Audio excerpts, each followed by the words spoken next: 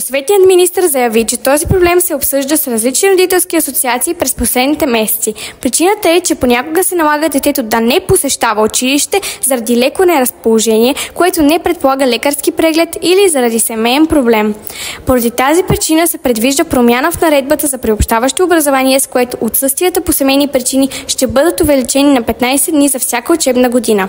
В момента дните са до 3 с молба към класния ръководител и още 7, но само с санкция на директора на съответното училище. С така плануваната промяна ще се облегчи и редът за тяхното използване, като молбата за всички полагаеми дни ще се подава само пред класния ръководител. С това ще се разтоварят и директорите на училищата, които досега трябваше да разрешават част от тези отсъствия. Припомняме ви, че от 1 октомври 2023 година извинителните бележки за отсъствията на учениците от 1 до 12 клас се издават само по електронен път. Това намали административната тежест за учителите, защити допълнително достъпа на личните данни на децата, но и предизвика вълна от недоволство от страна на лекари и родители. Според тях електронните извинителни бележки по-скоро затрудняват, отколкото да улесняват. За тяхното издаване се губи много време в чакалните на лекарите, а това води и до риск, докато децата чакат да се разболеят отново. Срещу електронните бележки се обяви и омбудсманът Диана Ковачева, а над 7500 родители се подписаха и в петиция за увеличаване на дните, които родителите да могат сами да извиняват.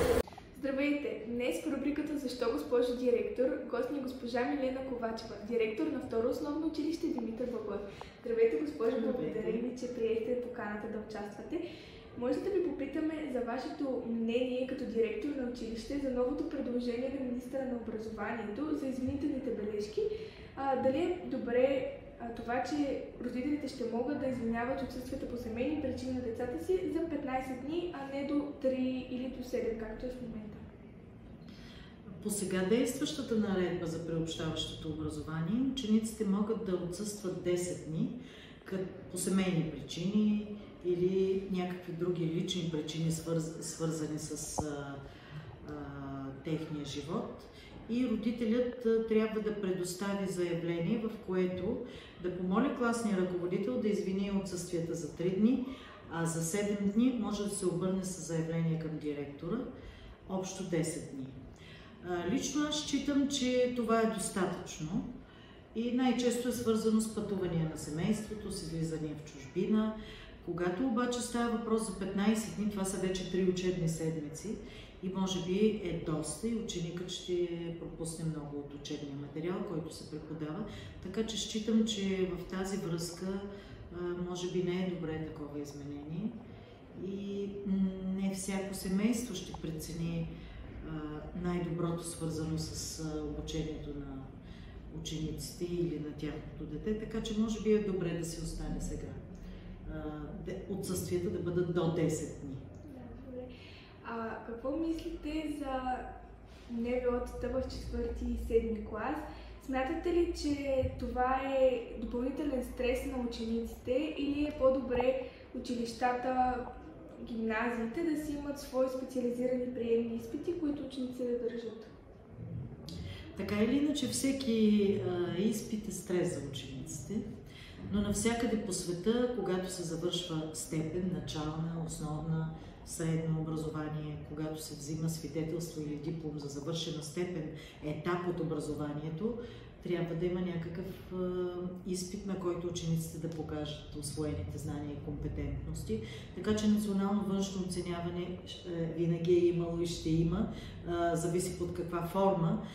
Специално за 4-ти клас, може би, ако тези оценки влияят по някакъв начин, може би по някакъв начин трябва да се преосмисли и по друга форма да бъдат изпитите, тъй като сега тази оценка влияе единствено и само за кандидатстване в математическа гимназия. Много малко ученици, много малък процент от учениците кандидатстват в математическа гимназия, така че там тестът трябва да е по-опростен, по-свободно да се чувстват учениците, да не са толкова притеснени. За 7 клас обаче винаги е имало такъв изпит. Дали той ще бъде под формата на национално външно оценяване за цялата страна или само за конкретна гимназия, която сама да измисли начина, по който ще формулира тестовите въпроси. Трябва да има такова национално външно оценяване и може би е по-добре за цялата страна всичко да бъде прецизно и стандартизирано, като стандартизирани тестове от Министерството. Благодарим много, Стефан.